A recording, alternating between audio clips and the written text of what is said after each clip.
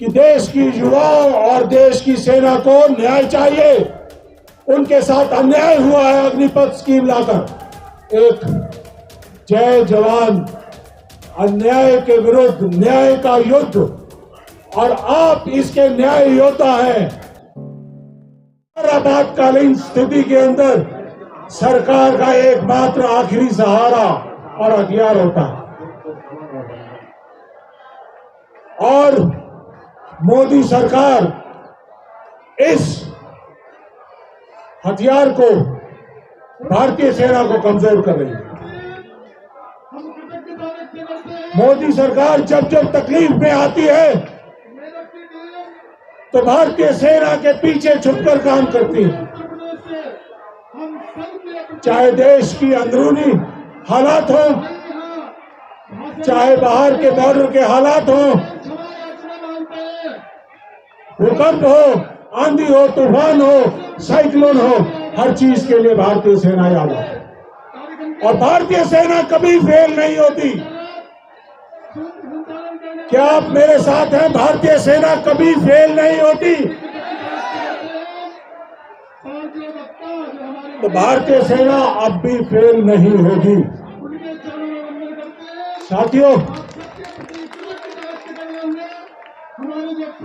Agnipath scheme के जरिए देश की सुरक्षा से खिलवाड़ हो रहा है।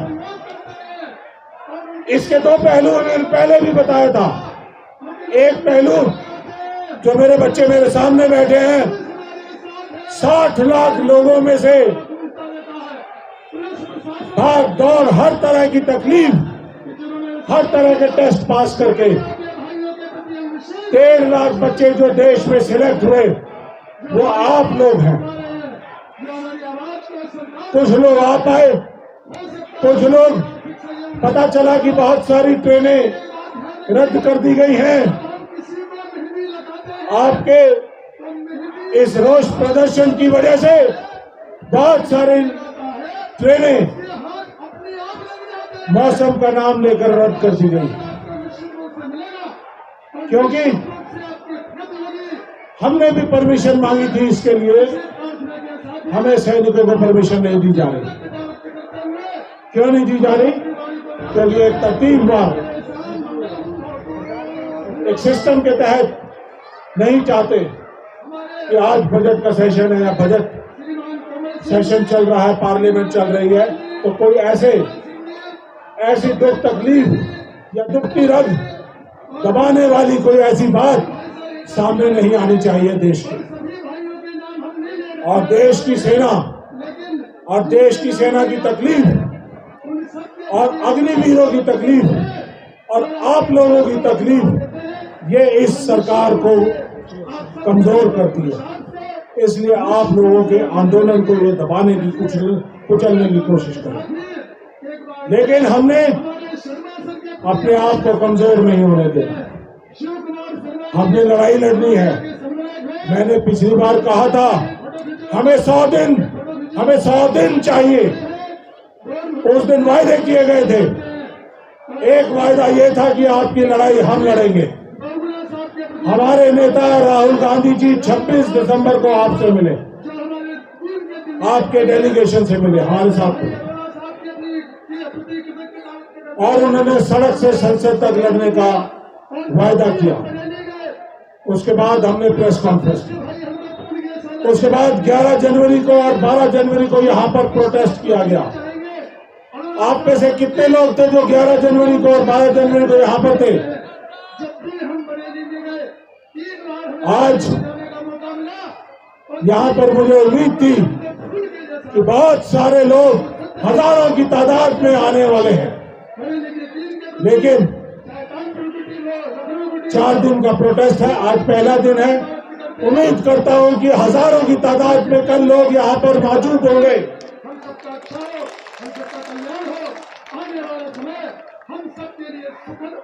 और प्रजातंत्र के अंदर लड़ाई लड़नी है तो सबसे पहले आपके पास संख्या बल होना चाहिए, और आपके पास संख्या बल होगा, भारतीय सेना की ताकत होगी, देश के नागरिकों की भावना होगी, तो आपका जीतना तय है। आपकी जीत निश्चित है। आज मुझे याद आती है कुछ बातें कि भारतीय सेना जो आपके सरहदों पर 1400 किलोमीटर पाकिस्तान का बॉर्डर, 3800 किलोमीटर चीन का बॉर्डर और 6500 किलोमीटर की समुद्री सीमा और आंतरिक स्थिति को देखना, इंटरनल सिक्योरिटी के मैटर्स को देखना, ये हमारे 2.5 फ्रंट बैटल है। इसकी लड़ाई हम भाड़े के सैनिकों से, कॉन्ट्रैक्ट के सैनिकों से नहीं लड़ सकते। हमें रेगुलर सैनिक चाहिए, हमें अग्निपथ स्कीम नहीं चाहिए, हमें अग्निवीर नहीं चाहिए। और अग्निवीर की आड़ में ये जो 1.5 लाख युवा जिनको बेरोजगार कर दिया गया है, उनकी ज्वाइनिंग चाहिए। हमारे गुप्ता जी के प्रति हमारे पुराने साथी हैं, उनका नाम भूल गए थे। और देश में हालात ऐसे हैं कि आपको अपनी सेना मजबूत चाहिए। और अग्निवीर स्कीम जिस तरह से लाई गई है आनंद फानन में, उसके एक पहलू मेरे सामने बैठा है। 1.5 लाख बच्चे बेरोजगार कर दिए गए। सुबह 3 बजे 4 बजे से भाग दौड़ शुरू करते हैं। जैसे ही बच्चा हमारे जवान होना शुरू होता है तो एक ही सपना लेकर बड़ा होता है कि देश की सेना में सेवा करूंगा, देश का सैनिक बनूंगा। और आपने आपके सपनों को तोड़ने का काम किया।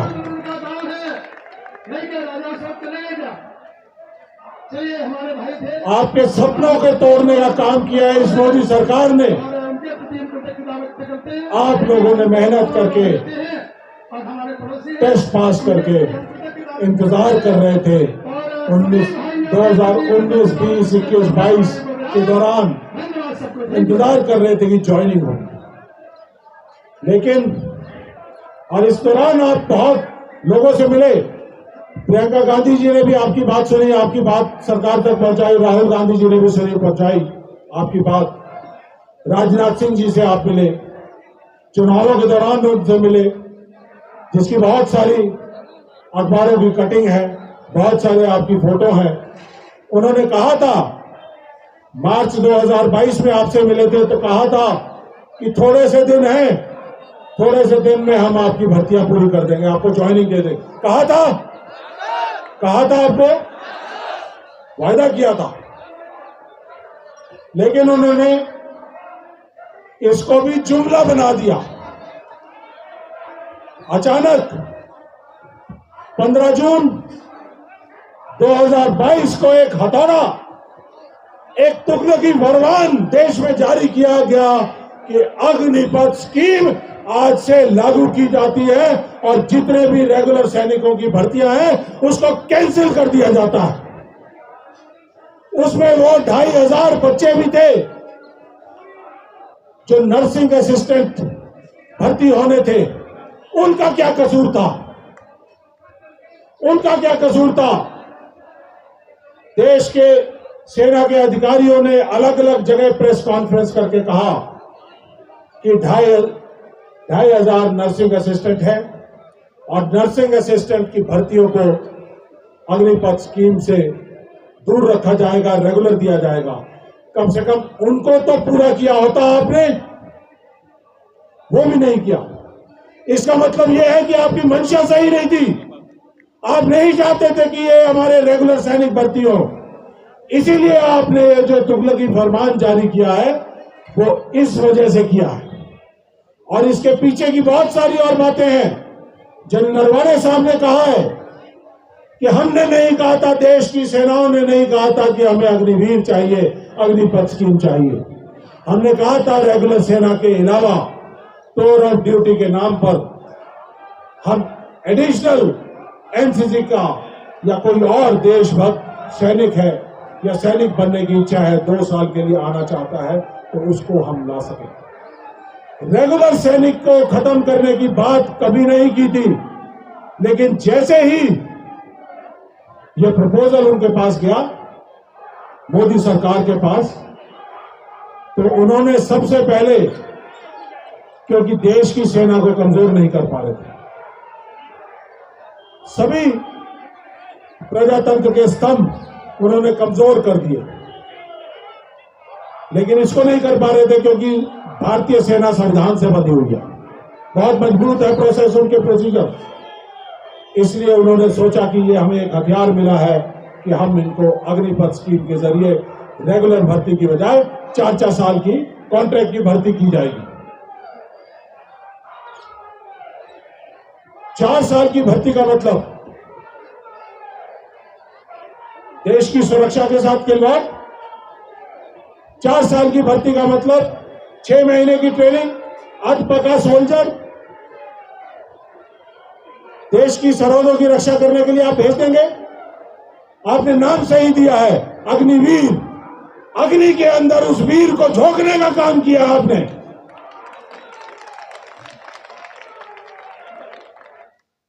आपने उस सैनिक को पूरी तरह से ट्रेन नहीं है, उसको देश की सरहदों की रक्षा करने के लिए भेजा।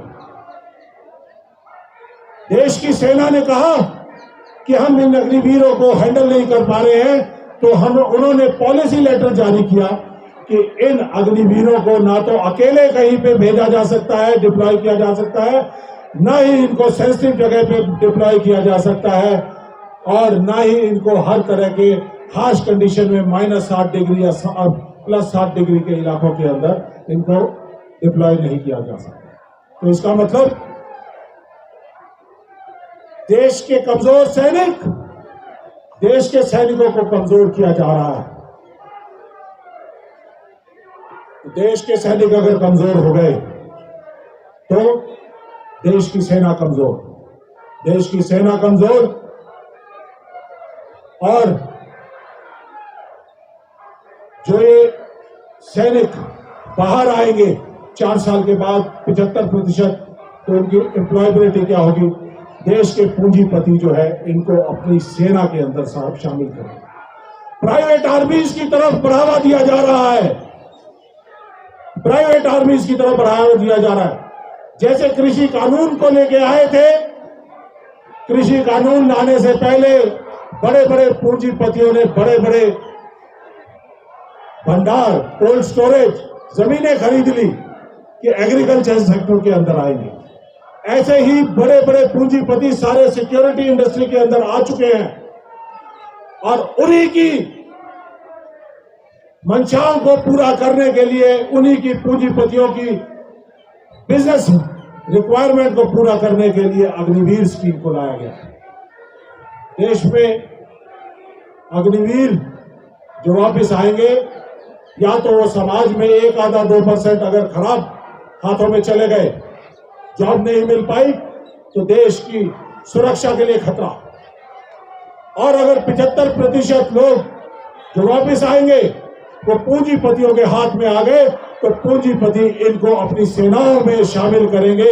और जैसे कि यूक्रेन और रशिया के युद्ध में आपने देखा है, जैसा कि आपने अफगानिस्तान के युद्ध में देखा गया है कि भाड़े के सैनिकों को वहां पर भेजा जाता है, ऐसे ही हमारे अग्निवीर रिटायर हुए भाड़े के सैनिक बनकर दूसरे देशों के अंदर लड़ाई के लिए जाएंगे।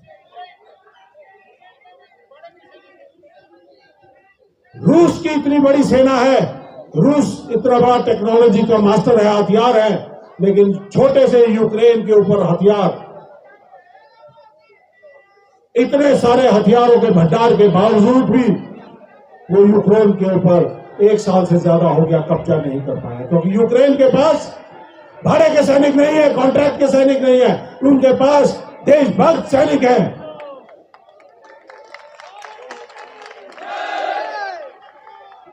देशभक्त सैनिक है, इसी वजह से यूक्रेन के ऊपर जो है वो कब्जा नहीं कर पा रहे हैं। रूस के पास वैगनर आर्मी थी, भाड़े की आर्मी थी, जब तक पैसा मिलता गया तब तक वो करते गए, उसके बाद छोड़ दिया, और मॉस्को की तरफ चल पड़े। फिर पुतिन साहब को डर लगा, तो फिर उसके बाद उन्होंने उनके पैसे का हिसाब किताब किया, तो फिर उसके बाद वो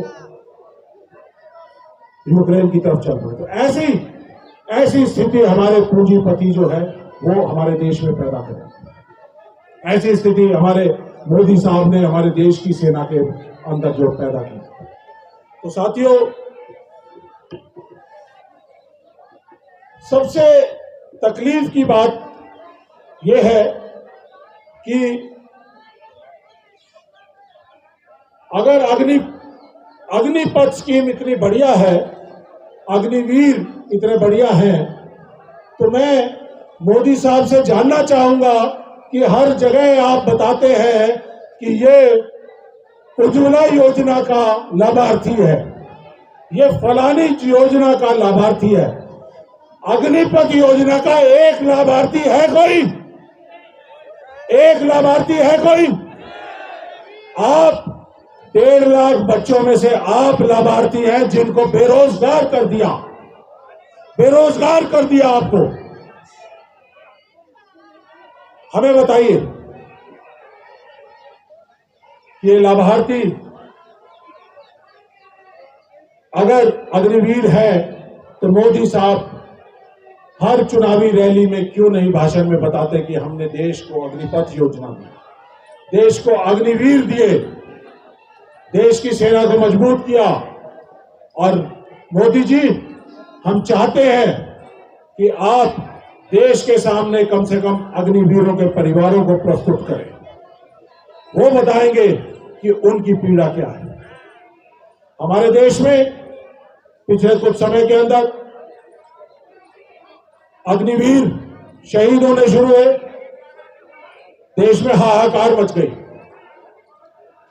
एक जैसे बताया कि अमृतपाल बठिंडा मानसा से था, अक्षय गौतम बुल्ढाना से था, महाराष्ट्र। कुछ और हमारे जवान शहीद हुए, उनको आनंद फानंद में, क्योंकि उन्होंने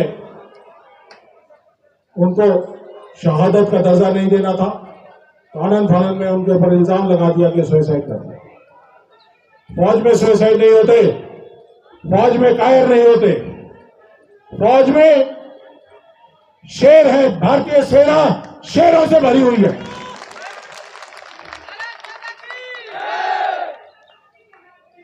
भारतीय सेना में एक गोली, एक दुश्मन फायर और दुश्मन को निस्ते नाबूद, ये है हमारा इथोस, ये है हमारी सोच। वहां पर खुदकुशी नहीं होती है, लड़के देश के लिए कुर्बान होते हैं। तो ये कहना गलत है कि किसी ने खुदकुशी करी। अगर खुदकुशी हुई है तो उसके बारे में सेना को भी सोचने की जरूरत है। पहली बार ऐसा हुआ है कि जो हमारे सैनिक भर्ती होंगे उनकी रिक्रूटमेंट प्रथा के अंदर साइकोलॉजिस्ट लगाए जा रहे हैं, क्योंकि ट्रेनिंग पूरी नहीं है। 1.5 साल की जगह 6 महीने ट्रेनिंग कर दी, अटपका सोल्जर आगे भेज दिया। फिजिकली और मेंटली स्ट्रांग नहीं है वो सेना या सैनिक या वो अग्निवीर, इसलिए वो ऑल वेदर कंडीशन के अंदर डिप्लॉय करने लायक नहीं है। हमारे देश के सैनिक को ऑल वेदर डिप्लॉय होने के लिए, सब स्थिति के अंदर काम करने के लिए उसको कम से कम 5 से 6 साल लग जाते हैं। इंजीनियर्स के हमारे अफसर साहबान यहां पे बैठे हैं। पृथ्वी मिसाइल का मैं स्पेशलिस्ट हूं, 10 से 12 साल मुझे लगे स्पेशलिस्ट बनने में, सुपर स्पेशलिस्ट बनने में। टैंक का एक ड्राइवर होता है, इंजीनियर्स वालों को टैंक के साथ साथ माइन फील्ड के अंदर भी जाना होता है। टैंक के ड्राइवर को 120 बटन सामने होते हैं, वो माइन फील्ड के अंदर से जाते हुए किसी भी समय ब्लास्ट हो सकता है, ऊपर से गोला बारूद आ रहा है। ऐसे में एक टैंक का ड्राइवर जो है उसका दिमाग मेंटली, फिजिकली हर तरह से बहुत मजबूत होना जरूरी है।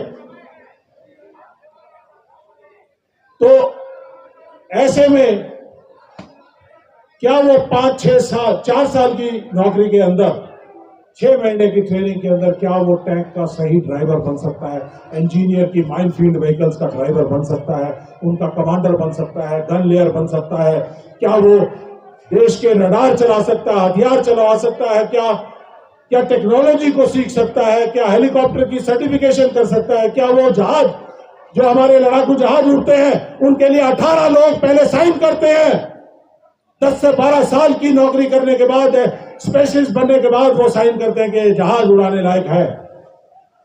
क्या वो 4 साल का सैनिक वो काम कर पाएगा? नहीं कर पाएगा। साथियों, इसलिए बहुत जरूरी है कि हमारे देश को रेगुलर सैनिक चाहिए। और आपकी इस लड़ाई को हम लोगों ने समझा।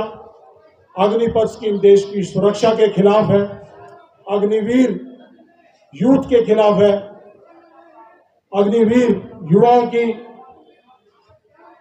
सपनों के खिलाफ है, देश की सेवा करने के सपने के खिलाफ है, और देश में भर्ती होकर देश के लिए कुर्बानी देने के लिए जो उसका जज्बा होता है उसके खिलाफ है।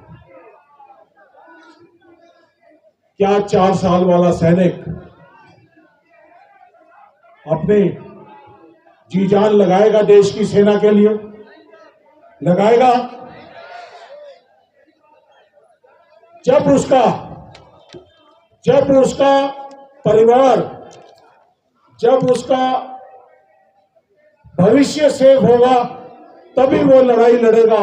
जब उसको पता है कि 18 साल में भर्ती होऊंगा और 4 साल बाद 22 साल का मैं रिटायर हो जाऊंगा, तो ऐसी स्थिति के अंदर क्या वो अपनी जी जान आत्मा सब कुछ देश के लिए न्यौछावर कर पाएगा? नहीं कर पाएगा।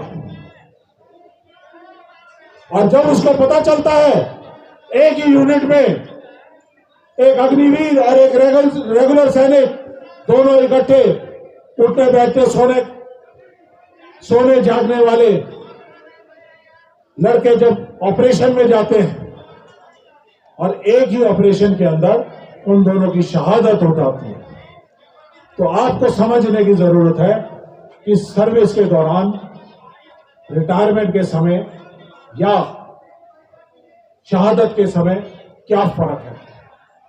सर्विस के दौरान मात्र 21,000 के अंदर हमारे अग्निवीर को, क्या आप सोचते हैं कि देश की सेना में सरहद पर लड़ाई करने के लायक बन पाएगा? रेगुलर सैनिक को 45,000 से ज्यादा स्टार्टिंग मिलती है, मिलिट्री सर्विस पे मिलती है। अग्निवीर को ना मिलिट्री सर्विस पे, ना कोई डेयरनेस अलाउंस, ना कोई इजाफा, बल्कि उसके तनख्वाह के अंदर से ही पैसे काटकर उसको 4 साल बाद जो दिया जा रहा है वो उसी का पैसा कटा हुआ है। और देश में मोदी सरकार के मंत्री घूम घूम कर कहते हैं कि जब 4 साल पूरे होंगे तो उसको 11 लाख दिया जाएगा। 11 लाख में क्या भविष्य सेफ रह सकता है? नहीं रह सकता। तो ऐसे में ये सर्विस के दौरान रिटायरमेंट हो जाएगी, कोई पेंशन नहीं, कोई मेडिकल बेनिफिट नहीं, कोई सर्विसेज के और एक्स सर्विसमैन के बेनिफिट नहीं, किसी तरह से कोई बेनिफिट। और अगर शहादत हो जाती है तो मोदी साहब ने देश की सेना के अंदर शहादत के अंदर भी भेदभाव कर दिया है। एक अग्निवीर शहीद और एक रेगुलर सैनिक शहीद। अग्निवीर सैनिक शहीद 1 साल की मात्र सर्विस हो तो 4 साल तक, बाकी बचे हुए 3 साल तक उसको पे मिलेगी और उसके बाद कुछ नहीं मिलेगा। 48 लाख रुपए की इंश्योरेंस, 44 लाख रुपए का एक्स ग्रेशिया और तकरीबन 13 लाख उसके जो बचे हुए सर्विस का टेन्योर है उसके लिए, उसको 13 लाख के आसपास, तो टोटल मिला के 1 करोड़। तो मोदी सरकार के मंत्री सब जगह देश में जाकर कह रहे हैं 1 करोड़ तो दे दिया, और क्या चाहिए। मैं कहना चाहूंगा कि क्या अपने बच्चे को 1 करोड़ के लिए, देश के लिए कुर्बान होने के लिए छोड़ देंगे, सरहद पर भेज देंगे? मैं चाहता हूं कि आप भेजें, अपने बच्चे को अग्निवीर बनाए। सभी मंत्रियों को, सभी अधिकारियों को हिदायत दी जाए कि अपने घर का एक बच्चा अग्निवीर जरूर बनाए। लेकिन ऐसा नहीं है, बातें करते हैं सिर्फ। और जो रेगुलर सैनिक है उसको क्या मिलता है? 75 लाख की इंश्योरेंस, 55 लाख का एक्स ग्रेशिया, काउंट करते जाओ। 1 साल की सर्विस थी, 15 साल तक उसकी कॉन्ट्रैक्टेड सर्विस, तो 14 साल तक उसको लगातार पे मिलेगी। 45,000 रुपए के हिसाब से 14 साल तक लगातार पे मिलेगी। उसके बाद पेंशन मिलेगी परिवार को। परिवार के सभी सदस्यों को मेडिकल बेनिफिट मिलेगा। बच्चों को शिक्षा मिलेगी, शिक्षा के कई प्रावधान हैं, स्कॉलरशिप्स मिलेंगे, पूर्व सैनिक का दर्जा मिलेगा, ताउम्र पूर्व सैनिक और शहीद का दर्जा मिलेगा, जिसके साथ बहुत बहुत अलग अलग तरह की चीजें उसके साथ जुड़ी हो। लेकिन अग्निवीर को 1 करोड़ के अंदर सिर्फ शहादत देने के लिए अग्नि के अंदर झोंक दिया गया है। क्या यह सही है? क्या यह सही है? मैं साथियों आप लोगों से पूछना चाहता हूं। तो मैं आप लोगों के जरिए ये बातें बतानी इसलिए जरूरी थी क्योंकि कुछ लोग ऐसे थे जिन्होंने पिछली बार चीजें नहीं सुनी थी। साथियों, ये सब तकलीफें थी। अब आते हैं मुद्दे के ऊपर। लड़ाई लड़नी है, लड़ाई लड़ेंगे, और जिंदा कौमें ही लड़ाई लड़ती हैं और जिंदा कौमें ही जीतती हैं। आप जिंदा कौम है इस देश की, आप देश के युवा हैं, आपके कंधों पर देश का दारोमदार है, और आप भावी सैनिक हैं, आपके ऊपर, आपके कंधों के ऊपर आगे आने वाली सेना की पीढ़ियों का दारोमदार है। इन सब बातों का संज्ञान लेते हुए हमारे नेता राहुल गांधी जी ने, हमने उनके साथ संवाद किया। भारत जोड़ो यात्रा के अंदर पिछले 1.5 साल के अंदर संवाद हुआ। भारत जोड़ो यात्रा के अंदर उन्होंने सब जगह पे नागरिकों से, सैनिकों से, पूर्व सैनिकों से, हर तरह के तबके के लोगों से, युवाओं से, सबसे संवाद किया, और उसके बाद आप लोगों से मुलाकात की, और आज देश को जोड़ने का काम कर रहे हैं। 6,700 किलोमीटर की 67 दिन की भारत जोड़ो न्याय यात्रा शुरू कर, और इस न्याय यात्रा के अंदर हम लोगों ने फैसला किया कि हमें युवाओं और सेना के न्याय की बात भी उठानी पड़ेगी। एक युवाओं के लिए न्याय है और सेना के लिए न्याय है। इस न्याय को मांगने के लिए हमारे नेता ने, जो देश को जोड़ने के लिए चला है, जननायक, तो राजनीतिक यात्रा नहीं है, सामाजिक यात्रा है। और आपका मुद्दा भी राजनीतिक मुद्दा नहीं, आपका मुद्दा सामाजिक है, रोजगार से जुड़ा हुआ मुद्दा है, आपके परिवारों से जुड़ा हुआ मुद्दा है, आपके सामाजिक स्तर के गांव में जो आपका सामाजिक और आर्थिक स्तर है उससे जुड़ा हुआ मुद्दा है। रोजगार आपकी जरूरत है। आज भारत देश की एवरेज औसत एज 32 साल है। 32 साल के बच्चों की आंखों में सपना होता है, अपने भविष्य का सपना होता है। वो सपना है आपके, उस सपने की लड़ाई हमने लड़ने का फैसला किया है, और इसके लिए पूरे देश भर में तकरीबन 300 से ज्यादा लोकसभा क्षेत्रों के अंदर